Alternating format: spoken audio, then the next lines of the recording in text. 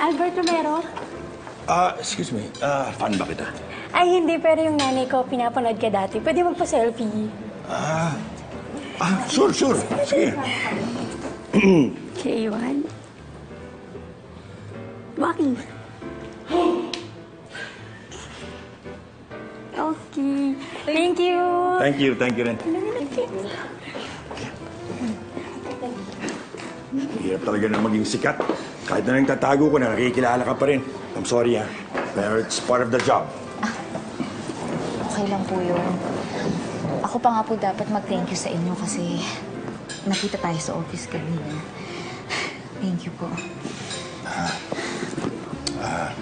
Maru, pwede ba tayo mag-usap? Mag-uusap na po tayo. Oo nga naman pala. Nag-uusap na tayo. Hindi, kasi meron lang sana akong gusto sabihin sa'yo, eh. Ano po yun? Tignan mo yung painting niya. Ang ganda, no? Tignan mo, oh. Parang parehas kami ng sombrero, eh. Parang gusto ganda yun sa inyo.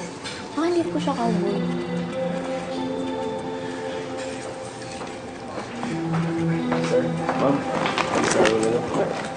Ma'am, Maru, order ka. Sige, pili ka kahit anong gusto mo. Kayo na pong bahala. Kahit ano po, okay lang. Waiter. Lahat ng nasa front page na to. Yan ang order namin, ha? sige po, sir. Pakibilis lang, ha? Sige, sir. Pakibilis lang. Mukhang matagal-tagal po itong kwentuhan natin ito, ah. Ano po ba yung sasabihin niyo? Nakita ko kasi yung nangyari sa inyo ni Brian, eh. Okay ka lang ba? Maliban ho dun sa press na dumating kanina, okay lang naman po ako. Yun lang po ba?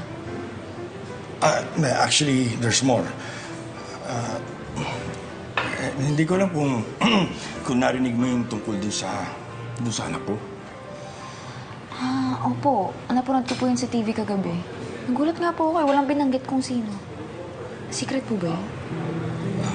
Hindi. Sa ngayon kasi,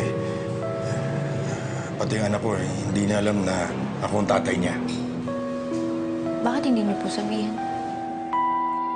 Pasok na ako, man. Ingat ka, sweetheart, ha? Plano kong kausapin si Albert, ha? Mabuti nang mas maayos ang usapan tungkol kay Maru. Naku, wag na. Mukhang tinamaan naman siya sa sinabi ko eh. Hindi natin ito maitatago kay Maru habang buhay. Darating ang panahon, dapat nating sabihin kay Maru ang totoo. Parang hindi pa rin ako handa eh. Tsaka si Maru, di ba? Palipasin kaya natin yung issue nila ni Brian muna. Saka na lang natin sasabihin.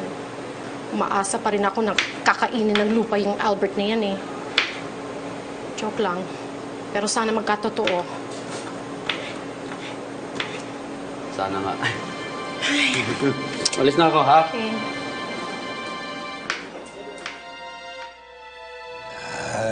Paano kasi baka magalit siya, eh, bilang ngayon ko lang siya kikilalanin. Mahirap nga po yan.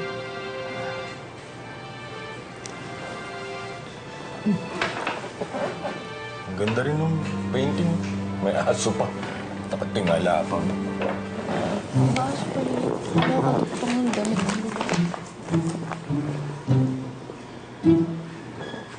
Maru, Po?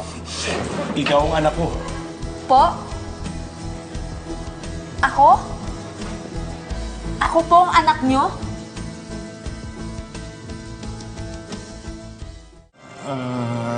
Ibig ko sabihin, kung ikaw ang anak ko, pero kunwari lang na ikaw ang anak ko. Kunyari lang po. Oo, kunwari lang. Lilinawin niyo po, sir, ha? Kasi baka atakihin po ako eh. Kunwari nga lang. Opo. Kunwari. Hindi kasi, naisip ko kasi na parehas ang sitwasyon nung anak ko eh. Di ba, nabanggit mo sa akin na hindi mo pa nakikilala yung tunay mong ama. Paano kung isang araw bumalik siya? Kikilalanin mo pa ba siya? hindi na rin po. Maayos na po buhay ko ngayon eh.